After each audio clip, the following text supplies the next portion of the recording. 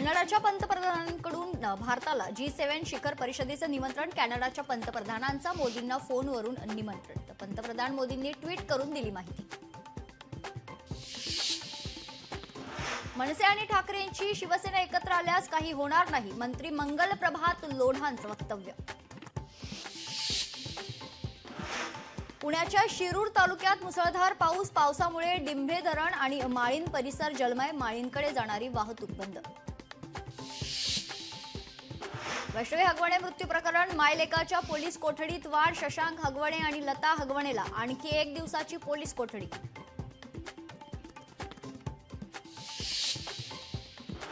समृद्धी महामार्गावर एसटीला परवानगी द्या. समाजवादीचे आमदार रईस शेख यांची मुख्यमंत्री आणि उपमुख्यमंत्र्यांकडे पत्राद्वारे मागणी.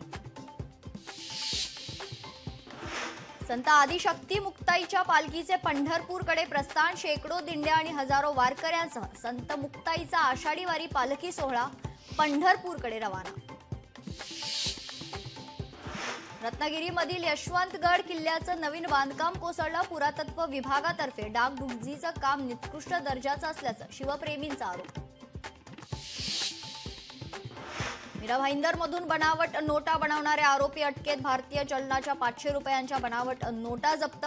1,08,000 किमतीच्या 216 बनावट नोटा हस्तगत करण्यात आल्या. नवी मुंबई महानगरपालिकेकडून अनधिकृत शाळांची यादी जाहीर नाही.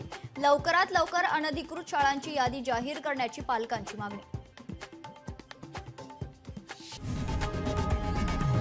लोकशाही मराठी ऐका, पहा, जागरूक रहा.